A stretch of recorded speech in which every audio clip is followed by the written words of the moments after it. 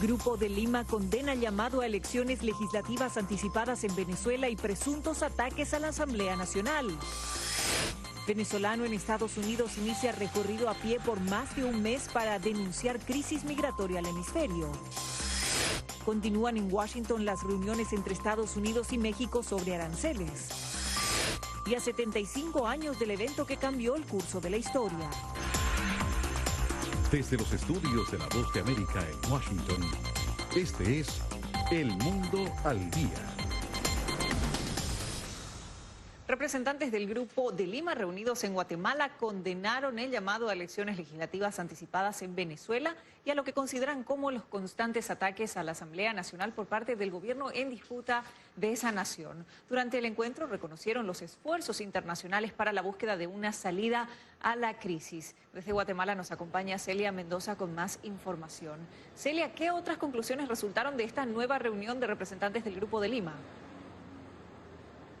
Belén, realmente lo que escuchamos por parte de los miembros del Grupo de Lima es que es fundamental seguir trabajando para alertar a la comunidad internacional acerca de la presión que se debe ejercer en contra del gobierno en disputa de Nicolás Maduro en especial, porque han asegurado que ellos representan actos ilícitos y corrupción que afecta a la región, pero al mismo tiempo están hablando de trabajar con el Grupo Internacional de Contacto y para ello establecer unas iniciativas que lleven a unas elecciones justas y también que sean transparentes. Sin embargo, la canciller de Guatemala, Sandra Jovel, explicó que para eso se necesita restablecer todo el sistema electoral de ese país.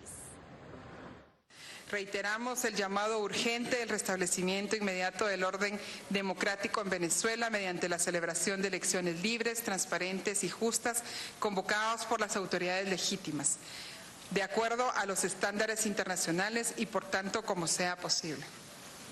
Estas elecciones deben de llevarse a cabo con garantías suficientes, con la participación de todos los líderes políticos y con observación internacional, además de la designación de un nuevo Consejo Nacional Electoral.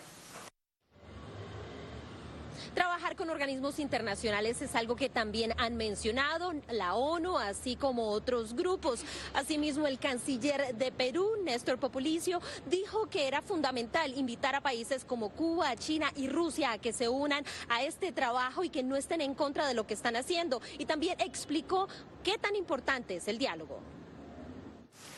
El apoyo de la comunidad internacional, y debemos decirlo con mayor claridad, la presión internacional, por lo tanto, es clave para encontrar una salida efectiva. El trabajo conjunto de todos los estados que respaldan la recuperación democrática en Venezuela será decisivo en esta etapa, así como todos los esfuerzos y procesos que se puedan sumar en ese objetivo. Durante esta reunión se habló acerca de otros encuentros con el Grupo Internacional de Contacto y se espera que la próxima reunión del Grupo de Lima, que se mantiene en sesión permanente, sea en Argentina. Celia, muchas gracias por tu reporte y recordemos que al inicio de esta semana representantes del Grupo de Lima y del Grupo de Contacto Internacional se reunieron en la ONU a fin de atender, entre otras cosas, la crisis humanitaria que enfrenta Venezuela. Las supuestas declaraciones del secretario de Estado de Estados Unidos sobre la oposición venezolana generan diversas reacciones. Un periódico estadounidense publicó el contenido de una presunta grabación secreta en la que el jefe de la diplomacia de Estados Unidos se habría referido a las dificultades de mantener unida a la oposición. Vía Skype, Carolina Alcalde tiene más información desde Caracas. Carolina, ¿cuáles fueron las repercusiones en Venezuela a las supuestas declaraciones del secretario de Estado estadounidense?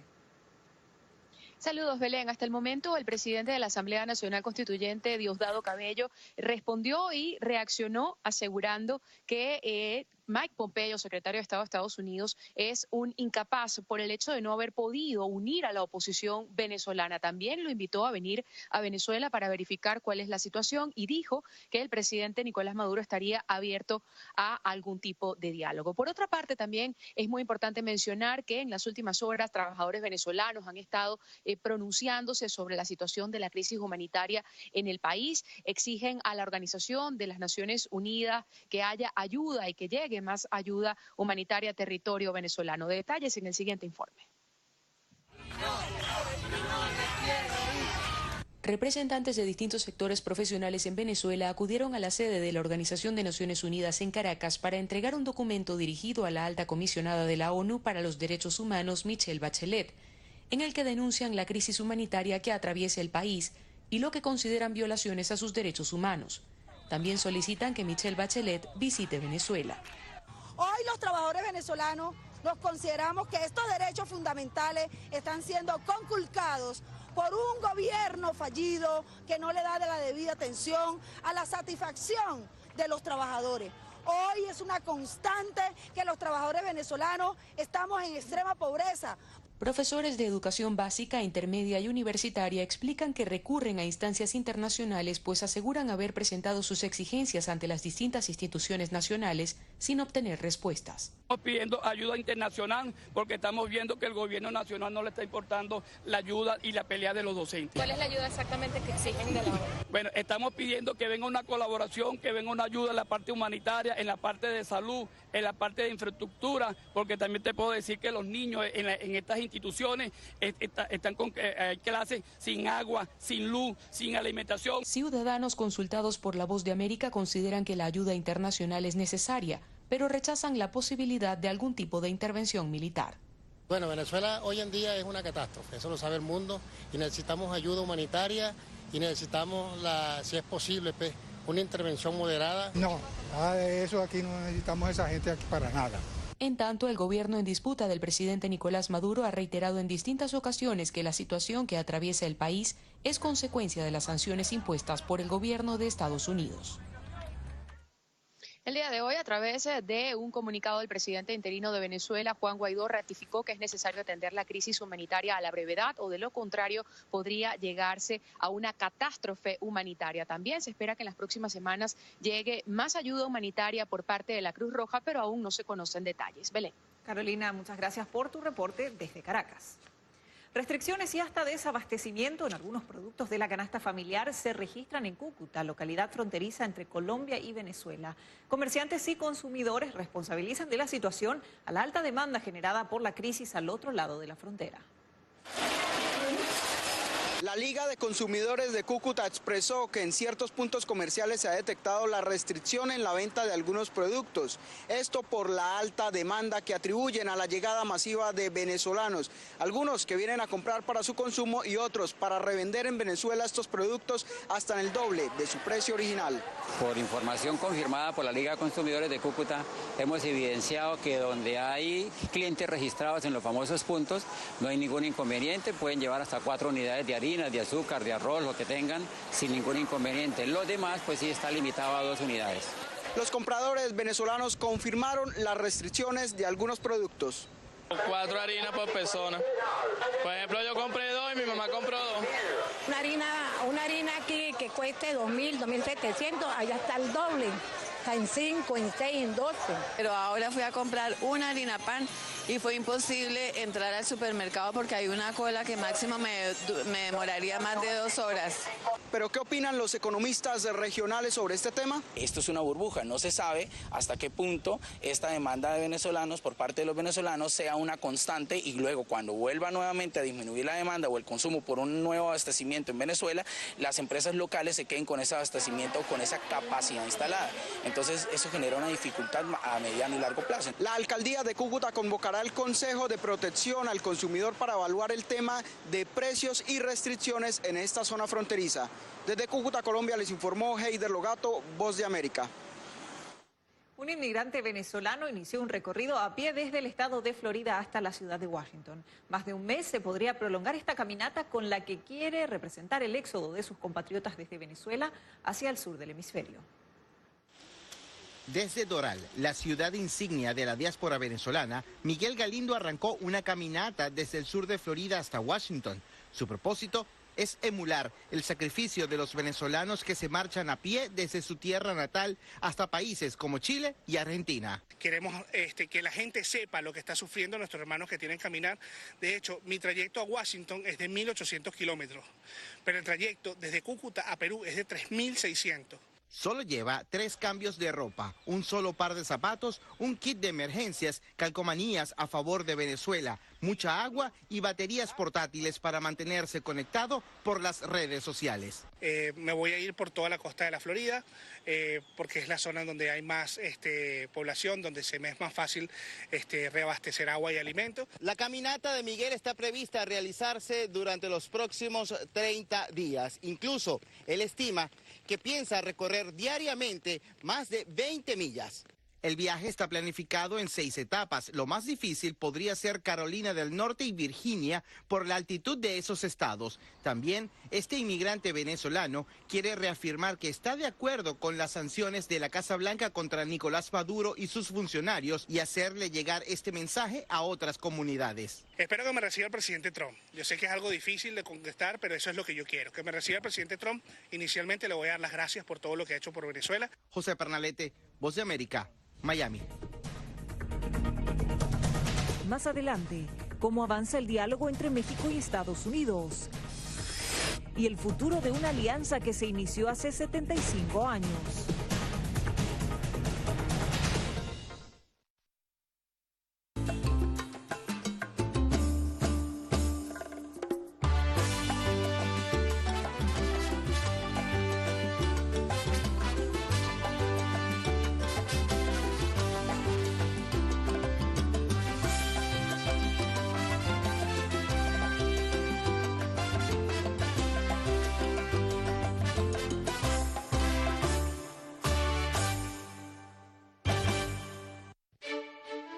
Somos la Voz de América.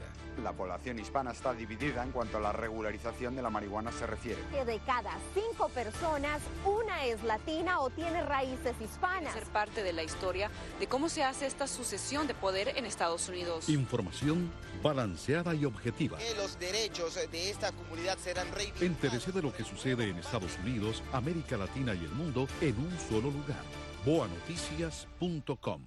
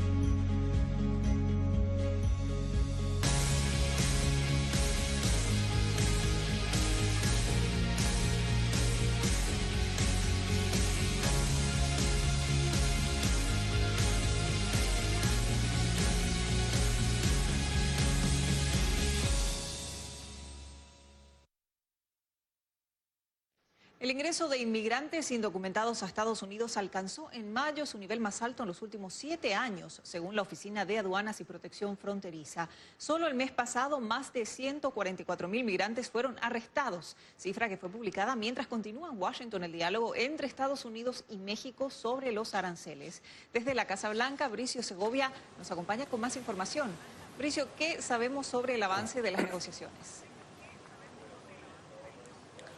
Hola Belén, pues sabemos de momento que parecen estar estancados y no se ha llegado a ningún acuerdo en esta jornada. La Casa Blanca ya nos confirma que da por concluidas las negociaciones en este día y desde la delegación mexicana, el director de comunicación asegura que se siguen explorando opciones para atender el número creciente de migrantes indocumentados que atraviesan por México y asegura que Estados Unidos se está centrando en las medidas de control migratorio, mientras que la delegación mexicana se centra en el desarrollo. Desde Europa, el presidente Donald Trump ha vuelto a adelantar que si no se llega a un acuerdo en esta jornada, los aranceles entrarán en vigor este lunes. Escuchemos. Estamos teniendo unas conversaciones fantásticas con México, veremos qué pasa, pero algo muy significativo puede pasar. Hemos dicho a México que los aranceles siguen adelante y lo digo en serio, y estoy satisfecho. Muchos, entre ellos senadores, no tienen ni idea de lo que dicen sobre aranceles. Estas fueron declaraciones de esta mañana aquí en la costa este de Estados Unidos, y ahora, hace escasos minutos, la portavoz de la Casa Blanca, Sarah Sanders, reiteraba la postura del presidente diciendo que de momento se mantiene la imposición de aranceles, que debería entrar en vigor este próximo lunes. Además, queda pendiente por ahora conocer cuál es el plan de la delegación mexicana. Están con un hermetismo absoluto y desconocemos si hay reuniones pendientes por su parte en esta jornada o el resto de la semana. Belén. Bricio, muchas gracias por tu reporte, y las expectativas sobre el resultado de este diálogo crecen a medida que avanzan los días, teniendo en cuenta la entrada en vigencia de los aranceles prevista para el lunes. La aparente determinación de Estados Unidos de imponer aranceles a las importaciones mexicanas genera incertidumbre en diversos sectores. El posible impacto económico de esta medida ya es estudiado por los expertos. Mientras continúan las discusiones entre representantes de Estados Unidos y México sobre la amenaza de la imposición de aranceles a productos mexicanos, hay quienes comienzan a sacar cuentas del posible impacto de esta medida. Cada día más de $1.000 millones cruzan la frontera entre ambos países. Según el economista Isaac Cohen, la puesta en marcha de esta decisión afectaría en principio a los consumidores estadounidenses. El presidente Donald Trump prometió imponer aranceles a partir del 5% a México, por considerar que ese país no ha hecho nada para detener la inmigración de centroamericanos. Cuanto más altos sean los aranceles, mayor será el número de empresas que volverán a Estados Unidos. Víctor Villalobos, secretario de Agricultura y Desarrollo Rural de México, estima el impacto, al menos en el sector agrícola. Sería en el orden de $1.410 millones. Esto es aproximadamente 3.8 millones de dólares diarios. En el sector automotriz también existe preocupación. De acuerdo a Glenn Hammer, presidente de la Cámara de Comercio de Arizona. Entonces, para Arizona, $9.000 millones en importaciones provienen de México. Para el país en su conjunto es de $370.000 millones. Y lo mismo ocurre en el rubro del alcohol. El Instituto Estadounidense de la Cerveza calcula que la imposición escalonada de aranceles constituiría un aumento en el costo para los importadores de la industria, el cual estiman podría alcanzar $374 millones a finales de 2019.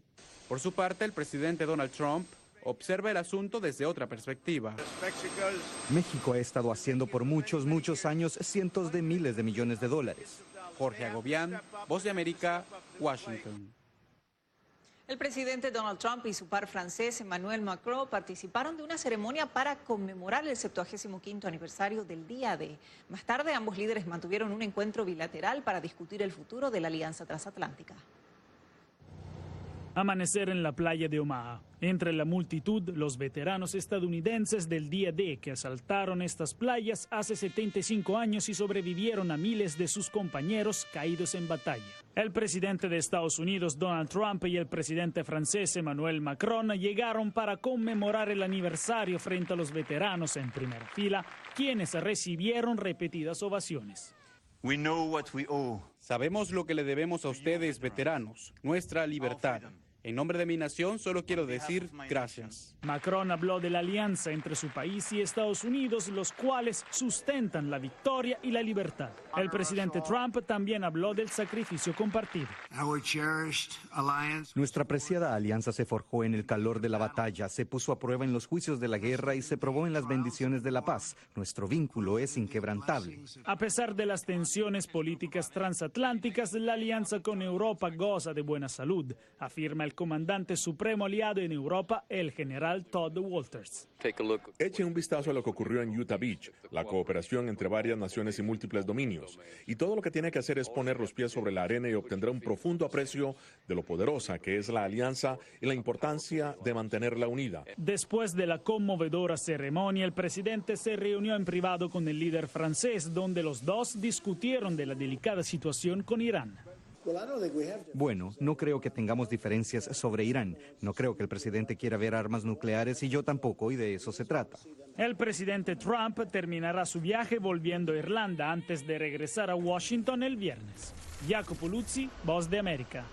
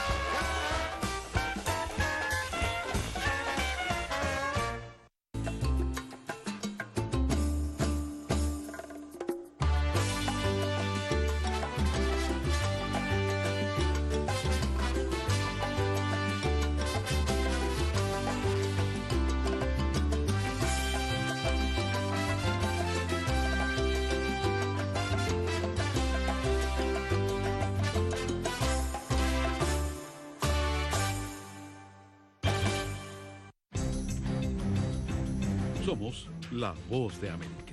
En la isla muy pocos cubanos estaban informados. Necesitamos la liberación de los presos políticos y los estudiantes. Se encuentran en las afueras de la Asamblea Nacional, nadie puede salir. Información balanceada y objetiva. Un promedio de 80 migrantes indocumentados vienen a desayunar a diario. Entérese de lo que sucede en Estados Unidos, América Latina y el mundo en un solo lugar. boanoticias.com.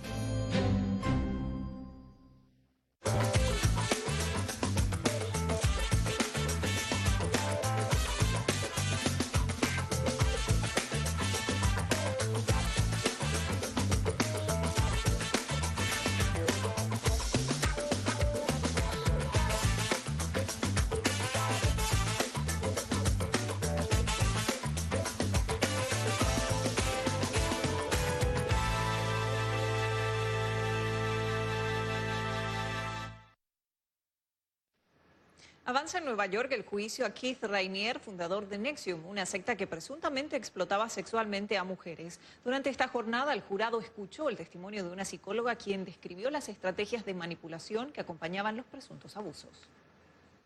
Una psicóloga experta en hechos sexuales y una nueva víctima han llegado al estrado en medio del proceso judicial que se adelanta contra Keith Raniere, el líder de NXIVM. Durante las horas de la mañana, la experta psicóloga estuvo dialogando sobre hechos de abuso y manipulación sexual que se genera, pero acompañada de hechos psicológicos, como algunos de los que hemos escuchado a lo largo de este proceso judicial, en donde Keith Raniere en muchas ocasiones utilizaba imágenes privadas de las mujeres como un elemento de manipulación, en donde si ellas hablaban, pues él tenía una herramienta para chantajearlas en cierta forma. También se refirió a cómo se genera esta dependencia económica por parte del victimario, en donde la víctima depende económicamente de él, y esta es una razón para que tenga temor de salir del ciclo y confesar lo que está pasando para poder cambiar su destino. Todos estos elementos fueron utilizados por parte de la Fiscalía para apoyar lo que hasta el momento hemos venido escuchando, y la defensa, aunque trató de utilizar estos elementos para desestimar las versiones hasta ahora entregadas, no contó con la misma suerte. Durante las horas de la tarde, Nicole ha sido la nueva víctima que se ha sentado al estrado para narrar hechos sexuales de los que fue víctima y sobre los cuales no tenía pleno entendimiento de lo que estaba sucediendo. Los detalles los conoceremos a lo largo de estas jornadas que seguirán avanzando aquí en la Corte Federal del Distrito Este en la zona de Brooklyn. Laura Sepúlveda, Voz de América, Nueva York. En instantes, un ingrediente poco habitual gana popularidad. Y el debate sobre el uso de la tecnología de reconocimiento facial.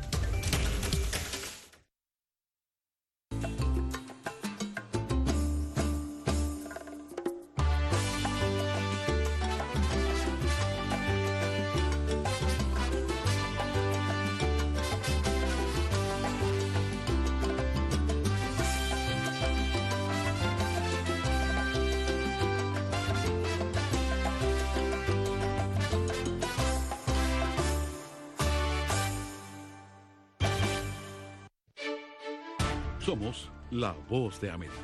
La población hispana está dividida en cuanto a la regularización de la marihuana se refiere. Que de cada 5 personas, una es latina o tiene raíces hispanas. Ser parte de la historia de cómo se hace esta sucesión de poder en Estados Unidos. Información balanceada y objetiva. Que los derechos de esta comunidad serán reivindicados. Entérese de lo que sucede en Estados Unidos, América Latina y el mundo en un solo lugar. boanoticias.com.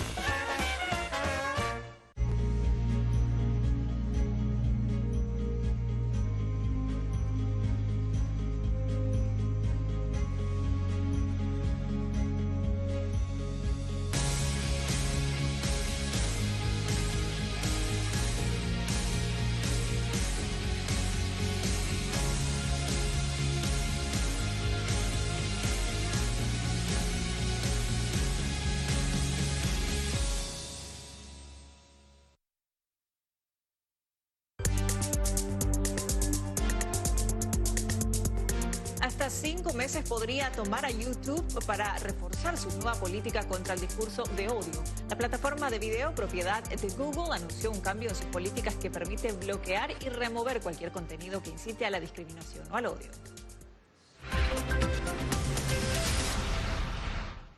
El gusano picudo de la palma es una fuente de proteínas tan popular que durante algunos años fueron utilizados para complementar la dieta, del bosque a la mesa familiar e incluso hasta los restaurantes urbanos.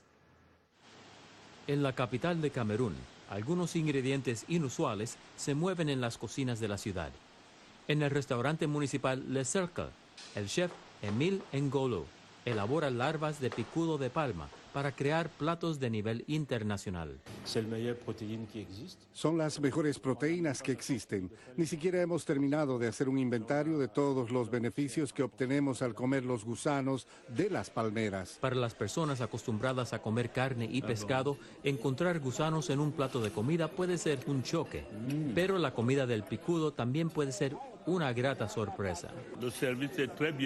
El servicio está muy bien hecho, bien preparado, lo estamos disfrutando. No había visto esta forma de cocinar todavía, pero esto es genial. La alta demanda de los chefs ha llevado a la escasez de suministros de larvas de picudo. Pero los aldeanos que solían juntar las larvas en el bosque lo ven como una oportunidad para cultivar los gusanos para restaurantes. Las personas comen las larvas de picudo de palma en otros países africanos, en Sudamérica y el sudeste asiático. La creciente popularidad de la comida en Camerún la ha hecho varias veces más cara que la carne. A medida que su reputación crece en los restaurantes, la larva del picudo de la palma también sigue siendo una comida popular en los pueblos y mercados de Camerún. Miguel Ángel Rivera, Voz de América. El debate por la utilización del reconocimiento facial llegó al Capitolio de Estados Unidos mientras la policía defiende su uso. Los defensores de la privacidad creen que atenta contra derechos individuales. Este anuncio de China Mobile quiere que los espectadores sepan: el hermano mayor está mirando. El video promociona el poder de una red 5G al mostrar a la policía persiguiendo a un sospechoso a través de calles abarrotadas. Hoy en día, el alcance total de la tecnología en este video es aún más ficción que ciencia. Pero el Estado que observa a sus ciudadanos utilizando la tecnología de reconocimiento facial es muy real en algunos lugares del mundo, y eso es una preocupación para los legisladores estadounidenses. Esta tecnología está evolucionando muy rápidamente sin ningún tipo de protección real. Esta semana, un panel de legisladores bipartidistas cuestionó cómo las autoridades federales accedieron a 640 millones de licencias de conducir y fotos de pasaporte sin consentimiento.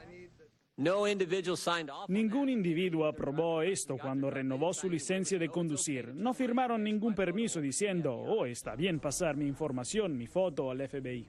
A diferencia del software de reconocimiento facial que nos recibe en el aeropuerto o desbloquea nuestros teléfonos, esta tecnología no solicita permiso ni antes de recopilar ni para compartir los datos de los usuarios, lo que sigue siendo el núcleo del debate sobre si viola o no los derechos civiles de los estadounidenses.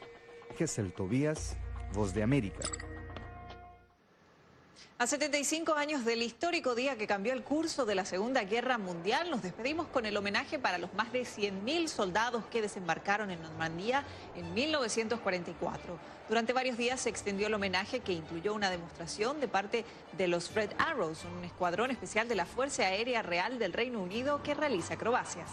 Les informó Belén Mora.